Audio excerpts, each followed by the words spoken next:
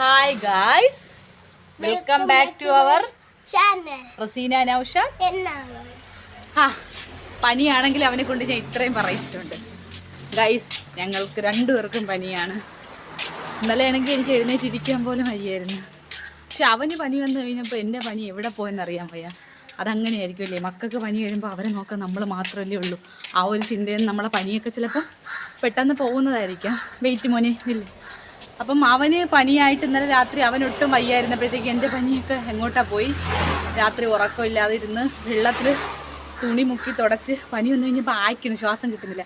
അപ്പോൾ വെള്ളത്തിൽ തുണി മുക്കി ഇന്നലെ രാത്രി മൊത്തം അവനെ തുടച്ചുകൊണ്ടിരിക്കുകയായിരുന്നു. തുടച്ചാണ് ഒരുവിധം ഇങ്ങനെയൊക്കെ ആക്കിയെടുത്തത്.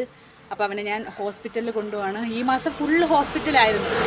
ഈ മഞ്ഞുകാലം തുടങ്ങി, ഈ മാസം ഫുള്ളല്ല, ഒരു കഴിഞ്ഞ ആഴ്ച മുതൽ ഹോസ്പിറ്റലിലായിരുന്നു. മഞ്ഞുകാലം തുടങ്ങി, അസുഖവും കാര്യങ്ങളും വയ്യ. ഇനി ഇവനെ കൊണ്ടുപോയി കാണിച്ചിട്ട് വരാം. അപ്പോൾ എൻ്റെ സുനാമി അനുഭവം ചോദിച്ചുകൊണ്ട് ഒരാൾ കമൻറ്റ് ഇട്ടിട്ടുണ്ടായിരുന്നു. പ്രണവ് മനീഷ് എന്ന് പറഞ്ഞൊരു ID നിന്നാണ്. എനിക്ക് എപ്പോഴും നല്ല പോസിറ്റീവ് കമൻറ്റ് ഇടുന്ന ഒരാളാണ് പ്രണവ് മനീഷ്. അപ്പോൾ ആ ഒരു കമൻറ്റ് എടുത്തിട്ട് ഞാനൊരു ഷോർട്സ് വീഡിയോ ചെയ്തിട്ടുണ്ടായിരുന്നു, സുനാമി അനുഭവം പങ്കുവയ്ക്കണം. അപ്പം ഇത്രയും കമൻറ്റ് എനിക്ക് വന്നു, പങ്കുവയ്ക്കണം വേണം എന്ന് പറഞ്ഞപ്പോൾ എൻ്റെ ഹസ്ബൻഡ് മാത്രം പറഞ്ഞ് വേണ്ട എന്ന കാര്യം. ഇക്കാക്കറിയാം, ഫുൾ കോമഡി ആയിരുന്നു. കോമഡി എന്ന് വെച്ചാൽ അന്ന് ഞങ്ങൾ അനുഭവിച്ച ആ ഭീതിതമായ അവസ്ഥ ഇന്ന് ഞാൻ പറയുമ്പോൾ ഒരുപക്ഷെ നിങ്ങൾക്ക് കോമഡി ആയിട്ട് തോന്നും, പക്ഷേ ആ സമയത്ത് ഞങ്ങൾക്കത് ട്രോമയായിരുന്നു. അപ്പം ആ ഒരു അനുഭവം ഞാൻ ചിലപ്പോൾ ഒരു 2-3 എപ്പിസോഡൊക്കെ ആവും. അപ്പം ഞാൻ പോയിട്ട് വന്നിട്ട് ആയിരിക്കും അത് പറയുന്നത്. അപ്പം ഞങ്ങൾ ഹോസ്പിറ്റലിൽ പോയിട്ട് വരാം. ടാറ്റ പറ മോനെ. ഹോസ്പിറ്റലിൽ പോയിട്ട് വരാൻ പറ. പാത്തൂട്ടി വീട്ടിൽ ഇരിക്കുകയാണ്. അപ്പം ഞങ്ങൾ പോയിട്ട് വരാം. സുനാമി കഥ നിങ്ങൾക്ക് മുന്നിൽ പറയണമെങ്കിൽ ആദ്യം ഞാൻ എൻ്റെ നാട് പരിചയപ്പെടുത്തണം. ഇതാണ് എൻ്റെ നാട്. കിഴക്ക് വശം കായലും പടിഞ്ഞാറ് വശം നമ്മുടെ സ്വന്തം അറബിക്കടലും, പിന്നെ അങ്ങ് ദൂരെ ഈ അറബിക്കടലും കായലും കൂടി മിക്സഡ് ആകുന്ന മുതലപ്പുഴയും. അപ്പോൾ ഇതാണ് എൻ്റെ നാട്. എൻ്റെ നാടിനെക്കുറിച്ച് പറയാതെ സുനാമി കഥ നിങ്ങൾക്ക് മുന്നിൽ ഒരിക്കലും എനിക്ക് പറയാൻ പറ്റത്തില്ല. അതാണ് ഞാൻ ആദ്യം എൻ്റെ നാട് പരിചയപ്പെടുത്തിയത്. അപ്പോൾ ഇതാണ് എൻ്റെ നാട്, പെരുമാതുറ. കിഴക്ക് വശം മനോഹരമായ കായലും പടിഞ്ഞാറ് വശം അറബിക്കടലും. ഇത് കഠിനംകുളം കായലാണ് കേട്ടോ. ഇത് കഠിനംകുളം കായലാണ്. അവിടെയാണ് ഇത് ചെന്ന് ചേരുന്നത്. ഞങ്ങളുടെ കായൽ അങ്ങ് പുളുന്തുരുത്തിയിൽ നിന്ന് ഒഴുകി ഈ സ്ഥലം മാടൻവിള എന്ന് പറയും. ഞങ്ങളുടെ കിഴക്ക് വശമാണ് കേട്ടോ മാടൻവിള. ഇതുവഴി ഒഴുകി കഠിനംകുളം കായലിൽ ചെന്ന് ചേരും. കഠിനംകുളമാണ് എൻ്റെ പോലീസ് സ്റ്റേഷൻ പരിധി. അപ്പോൾ ഇതാണ് എൻ്റെ നാട്. അപ്പോൾ ഞാൻ ഈ വീഡിയോ എടുക്കാൻ വേണ്ടി കുഞ്ഞുനെയും കൊണ്ട്, അതായത് സുനാമിയെക്കുറിച്ച് പറയുമ്പോൾ നാട് കാണിക്കണമല്ലോ, അപ്പോൾ ഹോസ്പിറ്റലിൽ പോകുന്ന വഴിക്ക് വന്നെടുത്തതാണ് ഈ വീഡിയോ. ഈ പാലത്തിൻ്റെ മുകളിൽ കൂടെ ഞങ്ങൾ നടന്ന് UPS പഠിക്കുമ്പോൾ പോയിട്ടുണ്ട് കേട്ടോ. അപ്പോൾ ഈ കാണുന്ന സ്ഥലങ്ങളൊക്കെ പണ്ട് ഞങ്ങൾക്ക് അന്നം തന്ന സ്ഥലമാണ്. അതായത് പണ്ട് ഞങ്ങളുടെ നാട്ടിൽ സ്ത്രീകൾ മെജോറിറ്റി ആൾക്കാരും ചെയ്തിരുന്ന ജോലി എന്ന് വെച്ചാൽ കയറ് വിരിയായിരുന്നു. എൻ്റെ ഉമ്മയ്ക്കും അതായിരുന്നു ജോലി. അപ്പോൾ എൻ്റെ ഉമ്മയൊക്കെ കയറ് പിരിച്ച സ്ഥലത്തുള്ള ഈ വണ്ടിപ്പുര ഇരുന്ന സ്ഥലങ്ങളാണ് ഇന്ന് ഈ മുളയും കാടും വീടൊക്കെ ആയിട്ട് ഇങ്ങനെ നിൽക്കുന്നത് കേട്ടോ. ഇവിടെയൊക്കെ ഞങ്ങൾ പണ്ട് കുഞ്ഞിൽ ഒരുപാട് കളിച്ച് നടന്ന സ്ഥലമാണ്. ഞങ്ങൾ സൈക്കിൾ ചവിട്ടാനൊക്കെ പഠിച്ചത് ഈ സ്ഥലത്താണ്. ഞാൻ പഠിച്ചില്ല, എൻ്റെ ചേച്ചി. ഈ കാണുന്ന ഈ പൊളിഞ്ഞു കിടക്കുന്ന വീടിൻ്റെ ഈ ജന്നൽ വഴി ഞങ്ങൾ സിനിമ കാണാൻ വേണ്ടി ഒരുപാട് ഒളിഞ്ഞു നോക്കിയിട്ടുണ്ട്. അന്ന് ഇവിടെ മാത്രമേ TV-യും മറ്റേ കേബിളൊക്കെ ഉണ്ടായിരുന്നുള്ളൂ കേട്ടോ. അപ്പോൾ ഇവിടെയൊക്കെ ഈ ചകിരി അടിക്കുന്ന, അതായത് കയറ് പിരിക്കാനുള്ള ചകിരിയൊക്കെ അടിക്കുന്ന മില്ലൊക്കെ ഇരുന്ന സ്ഥലങ്ങളാണ് ഇതൊക്കെ. ഇവിടെയൊക്കെ കുഞ്ഞു കായലുണ്ട്. കാലിലൊരു കുരു വന്ന് പഴുത്തിട്ടാട്ടോ കുഞ്ഞിന് പെട്ടെന്ന് പനി ഇങ്ങനെ കടുത്തത്. അപ്പോൾ കാലിൻ്റെ വേദന കൊണ്ട് നടക്കാൻ വയ്യാതെ ഹോസ്പിറ്റലിൽ നിന്ന് തിരിച്ചു വന്നപ്പോൾ ഞാൻ അവനെ എടുത്തുകൊണ്ട് നടന്നു കേട്ടോ. അപ്പോൾ ഗൈസ്, എനിക്ക് റിക്വസ്റ്റ് വന്നിട്ടുണ്ടായിരുന്നല്ലോ സുനാമി അനുഭവങ്ങൾ ഷെയർ ചെയ്യണമെന്നുണ്ട്. അപ്പോൾ അതിൻ്റെ വീഡിയോ എടുക്കാൻ വേണ്ടി തള്ളിപ്പുളന്നുകൊണ്ട് ഇറങ്ങി വന്നപ്പോൾ മഴ, അങ്ങനെ ചെറിയ ചാറ്റൽ മഴയാണ്. അപ്പോൾ വീഡിയോ ഫ്ലോപ്പ് ആവുമെന്ന് വിചാരിച്ച് കുറച്ച് നേരം നോക്കിയപ്പോൾ മഴ ഒന്ന് തോന്നുന്നു. കടപ്പുറത്ത് വന്നപ്പോൾ മഴയില്ല. അപ്പോൾ വിചാരിച്ച് എന്തായാലും വീഡിയോ എടുക്കാമെന്ന് വിചാരിച്ചു. മറ്റേ അല്ലു അർജുൻ്റെ ഒരു സിനിമ ഉണ്ടല്ലോ, ഹീറോ എന്ന് പറയുന്ന സിനിമ. ആ സിനിമയ്ക്കകത്ത് അല്ലു അർജുൻ പറയും പോലെ ഇതിൻ്റെ ഓരോ എൻഡിലും ക്ലൈമാക്സ് ഉണ്ട്. അതായത് ഡേ ബൈ ഡേ ക്ലൈമാക്സ് ഉണ്ട് ഇതിൽ. പിള്ളേർ നിൽക്കുന്നു, രണ്ടിനും വയ്യ. എനിക്കും പനിയായിരുന്നു. ഞാൻ ഇന്നലെയൊക്കെ ഒച്ചിനെ പോലെ ചുരുണ്ട് കൂടി കിടന്നിട്ട് ഇന്ന് ഹോസ്പിറ്റലിൽ പോയി. എനിക്ക് ശ്വാസം മുട്ടുണ്ടെന്ന് പറഞ്ഞ്. എന്നിട്ട് എൻ്റെ അടുത്ത് ചൂടുവെള്ളം ഇഷ്ടം പോലെ കുടിക്കണം, നല്ലപോലെ റെസ്റ്റ് എടുക്കണമെന്ന് പറഞ്ഞു. ഞാൻ റെസ്റ്റ് എടുത്താൽ പിള്ളേരെ ആരും നോക്കും? ഉമ്മയെ കൊണ്ട് നോക്കാനൊന്നും പറ്റത്തില്ല. അതുപോലെ ഈ പിള്ളേരെ കുരുത്തക്കേട്ടിന് എന്നെ കൊണ്ട് മാത്രമേ മേയ്ക്കാൻ പറ്റുള്ളൂ. അപ്പോൾ ശ്വാസം മുട്ടായിട്ട് ഞാൻ കുളിച്ചു ഗൈസ്. അതായത് എനിക്ക് കുളിക്കാതിരുന്നപ്പോഴത്തേക്കും കിറുക്ക് കുടിച്ചതുപോലെ തലയ്ക്ക്.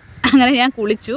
അപ്പം ചൂടുവെള്ളം കുടിച്ചാൽ മതിയെന്ന് പറഞ്ഞാൽ എനിക്ക് കുളിക്കാതിരുന്നപ്പം ഒരു ക്രാക്ക് കുടിച്ചതുപോലെ. അപ്പോൾ ഈ പനി വന്നാൽ കുളിച്ചാൽ മാറും എന്നുള്ള അഭിപ്രായമുള്ളൊരു കമൻറ്റ് ചെയ്യണേ. എനിക്ക് അങ്ങനെ ഒരു ഇതുണ്ട്, പനി വന്നു കഴിഞ്ഞാൽ കുളിച്ചാൽ മാറും എന്നുള്ളൊരു അഭിപ്രായം എനിക്കുണ്ട്.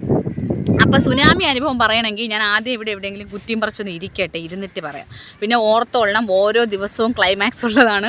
അല്ലു അർജുൻ പറഞ്ഞതുപോലെ ഒറ്റയടിക്കൊന്നും പറഞ്ഞു തീർക്കാൻ പറ്റില്ല. എൻ്റെ പരിമിതമായ ഓർമ്മ, അതായത് എനിക്കിപ്പോൾ എത്ര വയസ്സായി, എനിക്ക് 14 വയസ്സുള്ളപ്പോൾ വന്നതാണ്. ഇപ്പം ഒരു 10, 14, 32 എത്ര, എന്തായാലും ഒരു 16 കൊല്ലം മുമ്പുള്ള സ്റ്റോറിയാണ്. അപ്പോൾ എൻ്റെ ഓർമ്മ അനുസരിച്ച് എനിക്ക് പറയാൻ പറ്റും. ഡോണ്ട് അലക്കൽസ്. ഓക്കെ. അപ്പം ഗൈസ്, എൻ്റെ സുനാമി കഥ കേൾക്കാൻ വേണ്ടിയിട്ട് വന്നിരിക്കുന്നതാണ്. ഞാൻ പറഞ്ഞു എൻ്റെ ഓർമ്മ വെച്ചിട്ട് ഞാൻ പറയാം. അപ്പം 2004 സുനാമി വരുന്നത് അല്ലേ. 2004 ഡിസംബർ 26 എൻ്റെ ഓർമ്മയില്ല. അതായത് ഇതിന് മുമ്പേ, ഞാൻ ജനിക്കുന്നതിന് മുമ്പേ സുനാമി വന്നിട്ടുണ്ടോ എന്ന് എനിക്ക് അറിഞ്ഞൂടാ. ഞാൻ നേരിട്ട് സുനാമി എന്ന് പറഞ്ഞൊരു സംഭവം വരുന്നതും അറിയുന്നതും ഒക്കെ 2004 ഡിസംബർ 26 അപ്പോൾ 2004 ഡിസംബർ 25 എല്ലാവരും ക്രിസ്മസൊക്കെ ആഘോഷിച്ചു. എല്ലാവരും സന്തോഷത്തോടെ സമാധാനത്തോടെയൊക്കെ രാത്രിയൊക്കെ അടിച്ചു പൊളിച്ചിട്ടൊക്കെ കിടന്നുറങ്ങി. പിറ്റേ ദിവസം നമ്മളെല്ലാവരും ഒരു ഭീതിയിലാണ് കണ്ണു തുറക്കുന്നത്. സുനാമി എന്ന് ഫസ്റ്റ് സുനാമി കയറി എന്ന് പറയുമ്പോഴത്തേക്കും ഒരെത്തും പിടിയില്ല കേട്ടോ, ഒരു ഇതുമില്ല. അപ്പോൾ അതിന് മുമ്പേ ഒരു ദിവസം കടലിൽ നിന്നൊരു കറയുടെ സ്മെല്ല് വന്ന്, എന്തോ ഒരു സ്മെല്ല് വന്നിട്ട് കൊല്ലം ജില്ലയിൽ കുറേ കുട്ടികളൊക്കെ ഛർദ്ദിച്ച് ഹോസ്പിറ്റലിലായി. നമ്മളൊക്കെ ഇവിടെ നിന്ന് കുറച്ച് ദിവസം മാറി നിന്നായിരുന്നു. അപ്പോൾ ആ ഒരു ഇതൊക്കെ അങ്ങനത്തെ ഒരു അനുഭവം മാത്രമേ ഉള്ളൂ. അപ്പോൾ അതൊക്കെ അങ്ങനെയൊക്കെ അനുഭവം ഉള്ളവർ കമൻറ്റ് ചെയ്യണം കേട്ടോ. അപ്പോൾ ആ ഒരു സമയത്ത് ആ ഒരു ഇതൊക്കെ ഉള്ളൂ. സുനാമി എന്ന് പറഞ്ഞാൽ പെട്ടെന്ന് മനസ്സിലാവുന്നില്ല എന്താണ്. അപ്പോൾ ക്രിസ്മസ് ആയതുകൊണ്ട് സ്കൂൾ അവധിയാണല്ലോ. അപ്പോൾ നമ്മളിവിടെ വീട്ടിലുണ്ട്, സ്കൂൾ അവധിയായിട്ട് 10 ദിവസത്തെ അവധിക്ക് വീട്ടിലുണ്ട്. പിന്നെ അന്ന് ഇവിടെ എൻ്റെ നാട്ടിൽ ഞാൻ പറഞ്ഞില്ലേ ഓലയിട്ട വീടാണ് എല്ലാവർക്കും, ബീച്ച് ഏരിയയിൽ എല്ലാവർക്കും ഓല മേഞ്ഞ വീടാണ്. അപ്പോൾ നമ്മളൊക്കെ നിത്യവൃത്തിക്ക് വേണ്ടിയിട്ട് എൻ്റെ ഉമ്മായും എല്ലാവരും പക്ക കൂലിപ്പണിക്കാരാണ്. അപ്പോൾ എൻ്റെ ഉമ്മയൊക്കെ കയറ് പിരിക്കുക എന്ന് പറഞ്ഞൊരു ഇതിനാണ് പോകുന്നത്. അപ്പോൾ കയറ് പിരിച്ച് ആ ഒരു ഉപജീവന മാർഗ്ഗമാണ് സ്ത്രീകൾക്ക്. തൊണ്ട് തല്ലുക, പിന്നെ ആണുങ്ങൾ കൂലിപ്പണിക്ക് വാർക്കപ്പണി, പിന്നെ ഈ ചകിരി അടിക്കാൻ പോകും, ഈ കയറ് പിരിക്കാനുള്ള ചകിരി മില്ലിൽ, പിന്നെ മത്സ്യബന്ധനം, ഇതൊക്കെയാണ് നമ്മൾ ഉപജീവന മാർഗ്ഗം. അപ്പോൾ ഇന്നൊക്കെയാണ് ഒരുപാട് പേരും ഗൾഫിലൊക്കെ പോയി പ്രവാസ ജീവിതമൊക്കെ നയിച്ച് എല്ലാവരുടെയും ജീവിതങ്ങളൊക്കെ ഇന്ന് ഒരുപാട് മെച്ചപ്പെട്ടു. അപ്പോൾ അന്നൊക്കെ നമ്മൾ ഇങ്ങനെയൊക്കെയാണ് ഇവിടെ ഉള്ളവർ ജീവിക്കുന്നത്. അപ്പോൾ എല്ലാവരും ഈ കയറിടാനും അതിനും ഇതിനൊക്കെ പോകാൻ വേണ്ടി വെളുപ്പംകാലം 3 മണിക്കൊക്കെ എഴുന്നേക്കും. അപ്പോൾ അന്ന് രാവിലെ ഇങ്ങനെ വാർത്ത, അന്ന് സോഷ്യൽ മീഡിയ ഒന്നും ഇല്ലല്ലോ, ഇത്ര ആക്റ്റീവെന്ന് പറയാൻ സോഷ്യൽ മീഡിയ അത്ര നമുക്ക് ഇത് ഇല്ല. നമുക്ക് ആർക്കും സോഷ്യൽ മീഡിയ ബന്ധമില്ല, കണക്ഷനില്ല. പത്രം, TV വാർത്ത, ഇത്രയേ ഉള്ളൂ നമുക്ക്. അപ്പം പത്രത്തിൽ വാർത്ത വന്ന് റേഡിയോയിലും TV-യിലൊക്കെ പറഞ്ഞിട്ടാണ് എല്ലാവരും അറിഞ്ഞ് ജനങ്ങളൊക്കെ പരിഭ്രാന്തരായിട്ട് ഭയങ്കര ഡിസ്കഷൻ. നമുക്ക് കുഞ്ഞുങ്ങൾക്കൊന്നും അറിയാൻ വയ്യ, എന്താണ് സംഭവിക്കുന്നത് ഏതാണെന്നൊന്നും അറിയാൻ വയ്യാതെ നമ്മൾ പേടിച്ചു. കാരണം നമുക്ക് രക്ഷയില്ല. ഞങ്ങളുടെ നാട്ടിൽ വന്നാൽ രക്ഷ. കാര്യം പടിഞ്ഞാറ് കടൽ, കിഴക്ക് കായൽ, 2 സ്ഥലത്തും കൂടി വെള്ളം പൊങ്ങിയിട്ട് അങ്ങ് മൂടും. നമ്മുടെ നാടെന്ന് പറയുന്നത് ഒരു ഓർമ്മയാവും. സ്വപ്നത്തിലേ ഈ നാട് പിന്നെ ഉള്ളൂ. അപ്പോൾ ഈ നമ്മളൊക്കെ അത്രയും ഭീതിയുടെ ഒരു മുൾമുനയിലാക്കിക്കൊണ്ടാണ് ഈ സുനാമി എന്ന് പറഞ്ഞൊരു സംഭവം വന്നത്. അപ്പോൾ നമ്മൾ സ്കൂളിൽ പോകാതെ വീട്ടിൽ ഇരിക്കുമല്ലേ, നമ്മളെ പിള്ളേരൊക്കെ പേടിച്ച്. കാര്യം പിന്നീട് മനസ്സിലാവുന്നു സുനാമി എന്താണ്, രാക്ഷസ തിരമാല, ഇത് ഇത്ര കിലോമീറ്റർ ശക്തിയിൽ ഇത് വരും, നമ്മുടെ തിരിച്ചു പോകുമ്പോൾ നമ്മുടെ എല്ലാം ജീവനും ജീവിതവും എല്ലാം കൊണ്ടുപോകും. പിന്നെ അങ്ങനെയൊക്കെയാണെന്ന് കേട്ട് പേടിച്ച് വിറച്ച്. അപ്പോൾ ആദ്യത്തെ ദിവസം നമുക്ക് ഇവിടെയൊന്നും സുനാമി വന്നു. ഈ കന്യാകുമാരി, ആൻഡമാൻ നിക്കോബാർ അങ്ങനെയുള്ള സ്ഥലത്തൊക്കെ വന്ന് അവിടെയൊക്കെയാണ് ഭയങ്കരമായിട്ട് പ്രശ്നം ഉണ്ടായത്. ആൻഡമാൻ നിക്കോബാർ ദ്വീപുകളൊക്കെ ഞാൻ അന്നാണ് കേൾക്കുന്നത് ജീവിതത്തിൽ. അപ്പോൾ അവിടെയൊക്കെയാണ് വന്നതെന്ന് പറഞ്ഞിട്ട് അവിടത്തേക്ക് വാർത്തയിലൊക്കെ അവിടുത്തെ ഇതൊക്കെ കാണിച്ചു. അങ്ങനെ നമ്മളെല്ലാം ഭയങ്കര ഭീതിയിൽ. അപ്പോൾ നമുക്ക് ഇവിടെ പള്ളിയിൽ അനൗൺസ് ചെയ്യുന്ന ഭയങ്കര ഇതാണ്, ഏത് നിമിഷവും ഇവിടെ വരാം, അങ്ങനെയാണ് ഇങ്ങനെയാണെന്നൊക്കെ പറഞ്ഞ് കന്യാകുമാരി വരെ വന്ന് കൊല്ലം ജില്ലയിലൊക്കെ വന്നപ്പോഴത്തേക്കും നമുക്കങ്ങ് പേടിയായി എല്ലാവർക്കും. പിന്നെ നമ്മളെല്ലാവരും പരിഭ്രാന്തരായിട്ട് കയറ് പിരിക്കാൻ പോകുന്ന ആൾക്കാർ കയറ് പിരിക്കാൻ പോകുന്നില്ല. പലരും ഇവിടെ നിന്നൊക്കെ വാരി പറക്കി കെട്ടി പോകാൻ തുടങ്ങി. കുറച്ച് ദൂരോട്ടൊക്കെ പോയി താമസിക്കാൻ, ബന്ധു വീടുകളിലൊക്കെ പോകാൻ തുടങ്ങി. അപ്പോഴും നമ്മൾ കുറച്ച് പേരൊക്കെ ഇവിടെ തന്നെ ഉണ്ടായിരുന്നു. ആദ്യത്തെ ദിവസമൊന്നും വാർത്ത അറിഞ്ഞതിൻ്റെ ദിവസമൊന്നും നമ്മളാരും ഇങ്ങോട്ടും പോയില്ല. അപ്പം നമ്മൾ ഈ കയറ് വിരിക്കുന്ന സ്ഥലത്ത് അവിടെ ഈ ചകിരിയൊക്കെ കൊണ്ടുവന്ന് നമ്മളിതൊക്കെ വൃത്തിയാക്കി കൊണ്ടൊക്കെ ഇരിക്കുമ്പം വിളിച്ചു പറയും. പിന്നെ അതോ അവിടെ കയറി ഇവിടെ കുറേ ആൾക്കാർ പേടിപ്പിക്കാൻ വേണ്ടി നടക്കും കേട്ടോ. അതോ അവിടെ കയറി ഇവിടെ കയറി ഇതോ അവിടെ എത്തിയെന്നൊക്കെ പറഞ്ഞിട്ട് അതിനെ വെച്ച് കളിയാക്കി. അന്ന് ആ സമയത്തുണ്ടല്ലോ നമുക്കൊക്കെ ഭയങ്കര, അതായത് കൊച്ചുകുട്ടികളുടെ മാനസികാവസ്ഥയെ വരെ ഇതാക്കുന്ന രീതിയിൽ നമുക്കൊക്കെ അന്നൊരു ഇത് ശരിക്കും പറഞ്ഞാൽ ഡിപ്രഷൻ വരുന്ന ഒരു അവസ്ഥയിലാണ് നമ്മളെ പേടിപ്പിക്കുന്നത്. അങ്ങനെ ആ ഒരു രീതിയിൽ ഒരു ക്രിസ്മസിൻ്റെ പിറ്റേ ദിവസം ആയതുകൊണ്ട് പിന്നെ കുറേ വർഗീയവാദികൾ അതിനെക്കുറിച്ച് ഇത് പറയാൻ തുടങ്ങി. ക്രിസ്മസ് ആഘോഷം കൂടിപ്പോയതിൻ്റെ ഇതിലാണെന്നൊക്കെ പറഞ്ഞ് വർഗീയത കുത്തിവയ്ക്കാൻ കുറേ എണ്ണം, അങ്ങനെയൊക്കെ കുറേ കാര്യങ്ങളൊക്കെ പറഞ്ഞു. നമ്മൾ സുനാമി എന്ന് പറഞ്ഞ ഒരു ഇത് അങ്ങനെയാണ് എൻ്റെ ഒരു അനുഭവം, ആ പേടി. അങ്ങനെ അന്ന് രാത്രി നമ്മളാരും ഉറങ്ങാതെ ഞാൻ ഏകദേശം എൻ്റെ മോളുടെ അല്ലേ, അവൾക്കിപ്പോൾ 12, എനിക്ക് അവളെക്കാൾ 2 വയസ്സും കൂടെ വ്യത്യാസം, 14 വയസ്സ്. ഞാൻ 9ൽ പഠിക്കുകയാണ്, 9ാം ക്ലാസ്സിൽ പഠിക്കുകയാണ്. എടാ ചുമ്മാ. അപ്പം ഈ 14 വയസ്സ്. അപ്പോൾ എൻ്റെ ചേച്ചിക്ക് എൻ്റെ മൂത്ത സഹോദരിക്ക് അവൾക്ക് 15 വയസ്സ്, എനിക്ക് 14 വയസ്സ്. എൻ്റെ സഹോദരൻ ഇവിടെയാണ്. എൻ്റെ സഹോദരിക്ക് ചേച്ചിക്ക് 16 വയസ്സ്, എനിക്ക് 14 വയസ്സ്. എൻ്റെ സഹോദരൻ അറബി കോളേജിൽ സ്കൂളും കോളേജൊക്കെ കൂടെ ഉള്ള ഒരു സ്ഥലത്ത് നിന്ന് പഠിക്കുകയാണ്. അപ്പം എൻ്റെ വാപ്പ ഇവിടെ ഇല്ല, ബോംബെയിലാണ് കേട്ടോ. വാപ്പ അങ്ങ് മുംബൈയിലാണ്. അപ്പോൾ വാപ്പയ്ക്ക് നമ്മളെ കോൺടാക്ട് ചെയ്യാനൊന്നും പറ്റുന്നില്ല. അവിടെയൊക്കെ എല്ലായിടത്തും ന്യൂസ് എല്ലായിടത്തും ഒക്കെ അറിഞ്ഞു. അപ്പോൾ ആ ഒരു സമയത്താണ് ഭയങ്കര ഇതായിരുന്നു. ഇന്ന് ഓർക്കുമ്പം സത്യം പറഞ്ഞ ആ ഒരു അവസ്ഥ. പക്ഷെ അന്ന് വന്നിരുന്നെങ്കിൽ ഞാൻ ഇങ്ങനെ ഇരുന്ന് പറയാൻ ഞാൻ ഉണ്ടാവില്ലായിരുന്നു കേട്ടോ. തീർന്നു. നമുക്ക് ഓട്ടം മുഴുക്കില്ല, നമ്മൾ എവിടെയെന്നും പറഞ്ഞു ഓടും. അങ്ങനെ രാത്രിയാകുമ്പോൾ നമ്മുടെ റോഡ് സൈഡിലൊരു വരാന്തയുള്ളൊരു വീടുണ്ട്, കടമുറി പോലെ ഇങ്ങനെ വരാന്ത ഇറക്കിയിട്ട് ആ വീടിൻ്റെ അവിടെ നമ്മളൊരു ഏകദേശം ഒരു 10, 12, 1 മണി വരെ ഇങ്ങനെ പ്രാർത്ഥനയാണ്. നമ്മൾ ദുആന്ന് പറയും കേട്ടോ, പ്രാർത്ഥനയാണ്. അപ്പം ഗർഭിണികളുണ്ട്, കൊച്ചു കുട്ടികളുണ്ട്, പിന്നെ എനിക്ക് 14 വയസ്സല്ലേ ഉള്ളൂ. നമ്മളെല്ലാവരും ഉറക്കമൊഴിഞ്ഞ് എല്ലാവരും ഇങ്ങനെ പ്രാർത്ഥനയും കൂട്ടപ്രാർത്ഥനയാണ്. അപ്പം ഇങ്ങനെ ഓരോരുത്തരും അയ്യോ ഇന്ന സ്ഥലത്ത് വെള്ളം പൊങ്ങി, ഇന്ന സ്ഥലത്ത് ആൾക്കാരെ കൊണ്ടുപോയി എന്ന് പറഞ്ഞിട്ട് നമ്മൾ പ്രാർത്ഥനയും നിലവിളിയൊക്കെ കൂടെ കേൾക്കുമ്പോൾ നമ്മൾ കുട്ടികളുടെ മനസ്സിൽ ഇങ്ങനെ ആദിയാവും. എന്താണ് സംഭവിക്കുന്നത്, ഏതാണ് സംഭവിക്കുന്നത് അന്നറിയാൻ വയ്യാത്ത രീതിയിൽ ഭയങ്കരമായിട്ട് ആദിയാവും. ഇങ്ങനെ ആദ്യത്തെ ദിവസം സുനാമി കയറിയെന്ന് പറഞ്ഞതിൻ്റെ ആദ്യത്തെ ദിവസം മുതൽ പ്രാർത്ഥനയായി. പള്ളികളിലൊക്കെ അനൗൺസ്മെൻറ്റും എല്ലാവരും സൂക്ഷിക്കണം, അനൗൺസ്മെൻറ്റും പ്രാർത്ഥനയൊക്കെ ആയിട്ട് ഒരു ദിവസം അങ്ങനെ കടന്നുപോയി. പിറ്റേ ദിവസം വീണ്ടും നമ്മൾ ഒരു പേടിയോടുകൂടിയാണ് കണ്ണു തുറക്കുന്നത്, ഭയങ്കര പേടിയാണ്. അങ്ങനെ പിറ്റേ ദിവസം നമ്മൾ ഇതേപോലെ കയറിടാൻ വേണ്ടിയിട്ട് ഉമ്മ പോയി. രാത്രി അത്രയും ഉറക്കൊഴിഞ്ഞിട്ട് 4 മണിക്ക് എഴുന്നേറ്റ് ഉമ്മ കയറിടാൻ പോയി. നമ്മൾ രാവിലെ ഉമ്മക്ക് ചായയും കൊണ്ടുപോയി. അപ്പോൾ ഈ കയറിടുന്ന കാര്യത്തിൽ ഉമ്മയെ ഹെൽപ്പ് ചെയ്തുകൊണ്ടിരുന്നപ്പോഴത്തേക്കും ആരോ പറഞ്ഞ് നമ്മുടെ ഇവിടെ പുതുക്കുറിച്ചിയിലും അവിടെ ഒരു പള്ളിയുണ്ട്, ആ പള്ളിയൊക്കെ അടിച്ച് തകർത്തുകൊണ്ട് തിര കയറി വരുന്നു. ആളുകൾ പരിഭ്രാന്തരായിട്ട് അങ്ങോട്ട് ഓട്ടം തുടങ്ങി. ഇങ്ങനെ ഈ ഇത് ആ ഒരു അവസ്ഥയിൽ ആനന്ദം കണ്ടെത്തുന്ന കുറേ സൈക്കോളുണ്ടായിരുന്നു കേട്ടോ. അങ്ങനെ നമ്മളെല്ലാവരും കൂടെ ഓട്ടം തുടങ്ങി. എല്ലാവരും കുട്ടികളെ കെട്ടിപ്പിടിച്ച് കരയുന്നു, ഓടുന്നു, ആ ബഹളം, ഇങ്ങനെയൊക്കെ കുറേ ബഹളങ്ങളായി.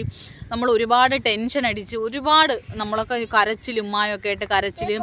അപ്പോൾ അതിൻ്റെ ഇടയിൽ കുറേ പേര് പറയുന്നു എന്തായാലും നമുക്ക് ഫേസ് ചെയ്തല്ലേ പറ്റൂ, അങ്ങനെ മരിക്കാനാണ് വിധിയെങ്കിൽ അങ്ങനെ അങ്ങ് മരിക്കാം. കുറേ പേര് പറഞ്ഞു അയ്യോ ശ്വാസം മുട്ടി മരിക്കാൻ വയ്യേ, ഇങ്ങനെയുള്ള ദുർമരണങ്ങളൊന്നും നമുക്ക് വിധിക്കല്ലേ എന്ന് പറഞ്ഞിട്ട് കുറേ പേര് കരച്ചിൽ, വിളി. സ്വത്തുള്ളവരുടെ കാര്യം പിന്നെ പറയണില്ല, നമുക്ക് പിന്നെ അങ്ങനെയൊന്നുമില്ല. അങ്ങനെ കുറേ അട്ടഹാസവും വിളിയും ബഹളവും കാര്യങ്ങളൊക്കെയാണ്. അങ്ങനെ അന്ന് പകല് നമ്മളെ മൂത്തമ്മ വിളിച്ച് പറഞ്ഞ് അവിടെ മൂത്തമ്മയുടെ വീട്ടിൽ പോയിരിക്കാം, നമുക്ക് എല്ലാവർക്കും കൂടെ അവിടെ ഇരിക്കാം, ഫുഡൊക്കെ ഉണ്ടാക്കി എന്താ വേണമെങ്കിലും വരട്ടെ എന്ന് പറഞ്ഞ് നമ്മൾ മൂത്തമ്മയുടെ വീട്ടിൽ പോയിരുന്നു. അന്ന് പ്രത്യേകിച്ച് കാര്യമായിട്ടൊന്നും നടന്നില്ല, പ്രത്യേകിച്ചൊരിതും ഇല്ലായിരുന്നു. അങ്ങനെ ഒരു ദിവസം അങ്ങനെ കടന്നുപോയി. അങ്ങനെ മൂത്തമ്മയുടെ വീട്ടിൽ കിടന്നുറങ്ങി. പിറ്റേ ദിവസം വീണ്ടും പിന്നെ സ്കൂൾ തുറക്കാൻ ഒരു 3 ദിവസം കൂടെ ബാക്കിയുള്ളൂ. അങ്ങനെ വീണ്ടും വീട്ടിൽ വന്നു കിടന്ന് രാത്രി ഉറങ്ങി കിടന്നപ്പോൾ രാത്രി കുറേ ബഹളവും ഇതൊക്കെ ആയിട്ട് പിന്നെ വീണ്ടും പ്രാർത്ഥനയ്ക്ക് പോയി. അവിടെ നിന്ന് പോയി പ്രാർത്ഥിച്ചിട്ട് വന്ന് കിടന്ന് വീണ്ടും മൂത്തമ്മയുടെ വീട്ടിൽ കിടന്ന് ഉറങ്ങിയിട്ട് അന്ന് പ്രാർത്ഥനയ്ക്ക് പോയില്ല. പിറ്റേ ദിവസമാണ് വന്നത്, രാവിലെയാണ് വീട്ടിൽ വന്നത്. അപ്പോൾ വീട്ടിൽ വന്ന് വീട്ടിൽ കയറി കഞ്ഞിയും കറിയൊക്കെ വയ്ക്കാനുള്ള ഒരുക്കങ്ങളും കാര്യങ്ങളൊക്കെ തുടങ്ങി. അപ്പോൾ ഉമ്മ അടുക്കളയിലൊക്കെ കയറി നമ്മൾ മുറ്റം തൂപ്പും പാത്രം കഴുകലൊക്കെ ആയിട്ട് ഞാനും ചേച്ചിയും കൂടെ അങ്ങനെ ഇരുന്ന് വാപ്പ വിളിച്ച് പറഞ്ഞ് പേടിക്കണ്ട, കുഴപ്പമൊന്നുമില്ല, ഒന്നും സംഭവിക്കില്ല എന്നൊക്കെ പറഞ്ഞ്. അപ്പോൾ ഇങ്ങനെ വാർത്തകൾ ഇങ്ങനെ സ്പ്രെഡായിക്കൊണ്ടിരിക്കുകയാണ്. അപ്പോൾ ഓരോ വാർത്തകൾ ഇങ്ങനെ വരാൻ തുടങ്ങി. 200 പേരെ 300 പേരെ എത്ര ആൾക്കാരെയൊക്കെ ഒരു കുഴിയിലിട്ട് മൂടി, അത്രമേൽ ജഡം അടിഞ്ഞു കൂടുന്നു എന്നൊക്കെ പറഞ്ഞിട്ട്, ലക്ഷക്കണക്കിന് ആൾക്കാർ മരിക്കുന്നു എന്നൊക്കെ പറഞ്ഞിട്ട്, ലക്ഷക്കണക്കിന് പേരുടെ ജീവൻ എടുത്തത് വന്നു കഴിഞ്ഞാൽ നമുക്ക് ഒരു രക്ഷയില്ല എന്ന് പറഞ്ഞതുപോലെ നമ്മളായിട്ട് പേടിപ്പിക്കുന്ന രീതിയിലുള്ള വാർത്തകളൊക്കെ വരാൻ തുടങ്ങി.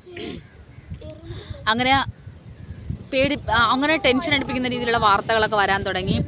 അന്ന് പകല് നമ്മൾ മൂന്നാമത്തെ ദിവസം ഡിസംബർ 26 കഴിഞ്ഞ് മൂന്നാമത്തെ ദിവസം 27, 28, 29 തോന്നുന്നു. മൂന്നാമത്തെ ദിവസം ഇങ്ങനെ നമ്മൾ നിൽക്കുമ്പോഴാണ് നമ്മുടെ കടലിൽ ഇവിടെ പൊഴിയിൽ അവിടെ നിന്ന് ഒരു കറുത്ത പുക അങ്ങോട്ട് മുകളിലോട്ട് പോകാൻ തുടങ്ങി. ഭയങ്കരമായിട്ടൊരു ഡാർക്ക് പുക. ആ ഭാഗം കാണാൻ പറ്റുന്നില്ല. ആ ഭാഗം കാണാൻ പറ്റാത്ത രീതിയിലൊരു പുക ഇങ്ങനെ അങ്ങ് പോയി. അപ്പോൾ നമ്മളെല്ലാവരും ഓടി ഇറങ്ങി ഇങ്ങനെ വന്നിരുന്നപ്പോൾ കടലാണെങ്കിൽ തിളയ്ക്കും പോലെ ഒരു ഇതൊക്കെ. അപ്പോൾ കൊല്ലം ജില്ലയിൽ കയറിയതാണല്ലോ, അപ്പോൾ അങ്ങോട്ടാണ് കൊല്ലം ജില്ല. അപ്പോൾ അവിടെ നിന്ന് അതിൻ്റെ ഒരു ഇത് വരുന്നതാണെന്ന് പറഞ്ഞിട്ട് ആളുകൾ കൂട്ട വിളിയും ബഹളവും, ഇവിടെ നിന്ന് കൂട്ട കരച്ചിലും വിളിയും ബഹളവും ഒക്കെ ആയിട്ട് അങ്ങനെ നമ്മൾ എന്ത് ചെയ്തു, ഈ പുക കൂടി കണ്ടപ്പോഴത്തേക്കും ഞങ്ങളുടെ മൂത്തമ്മ വിളിച്ചു പറഞ്ഞു, ഇനി പിള്ളേരെയും വെച്ചുകൊണ്ട് അവിടെ നിൽക്കരുത്, പെട്ടെന്ന് അവിടെ നിന്ന് പോകണമെന്ന് പറഞ്ഞിട്ട് ഞങ്ങൾ ഓടിപ്പോയി. ഞങ്ങൾ വീട്ടിലോടി. ഞങ്ങൾക്ക് കൊച്ചുകുട്ടിയൊക്കെ, നമുക്ക് കുഞ്ഞുങ്ങളല്ലേ, മരിക്കാൻ പേടിയാണല്ലോ. നമ്മൾ ഓടി വീട്ടിൽ പോയിട്ട് നമ്മളിട്ട ഡ്രസ്സ് എങ്ങനത്തെയാണെന്നറിയാമോ? എൻ്റെ ചേച്ചി തലയിൽ ഷോളെന്ന് പറഞ്ഞിട്ടത് സ്കൂളിൻ്റെ യൂണിഫോമിൻ്റെ പാൻറ്റ്. ഞാൻ ഏത് തരത്തിലുള്ള ഉടുപ്പാണ്, ഞാൻ പെറ്റിക്കോട്ടാണെന്ന് തോന്നിയിട്ടിരുന്നത്. പിന്നെ അതിൻ്റെ പുറത്തൂടെ ഏതോ ഒരു നൈറ്റി വലിച്ചു കയറ്റി ഇട്ടിരുന്ന ഡ്രസ്സ്. എന്നിട്ട് താക്കോലിൻ്റെ കീ ഹോളിൽ ഈ താക്കോൽ വെക്കുമ്പോഴത്തേക്കും കൈ വിറച്ചിട്ട്, ചേച്ചിയുടെ എൻ്റെ ഇത്താരെ കൈ വിറച്ചിട്ട് ഇത് വീഴുന്നില്ല. അമ്മാതിരി വിറയലും നമുക്കില്ല മരണം മുന്നിൽ കണ്ടു എന്നുള്ള രീതിയിൽ അത്രയും ഭീതിപ്പെടുത്തിക്കൊണ്ടായിരുന്നു ഞങ്ങളുടെ സുനാമി അനുഭവം. അപ്പോൾ ഇത് കഴിഞ്ഞിട്ട് പിന്നെ സ്കൂളിൽ പോയപ്പോൾ ഉള്ള അനുഭവങ്ങളൊക്കെ ഇത് കഴിഞ്ഞിട്ട് നമ്മളൊരു സ്ഥലത്ത് പോയി. അന്ന് കഥ 29 ഡിസംബർ 2004 ഡിസംബർ 29 തീയതി ഞങ്ങൾ സുനാമി വരും എന്നുള്ള ഉറപ്പിൽ ഈ കടലിൽ ഈ ചുഴിയൊക്കെ വന്നപ്പോഴത്തേക്കും ഞങ്ങളൊരു ബന്ധു വീട്ടിൽ പോയി. അപ്പോൾ അതിൻ്റെ ഇത് ഞാൻ അടുത്ത ഇതിൽ പറയാം. വീഡിയോ കുറച്ച് ലെങ്ത് കൂടിപ്പോയി.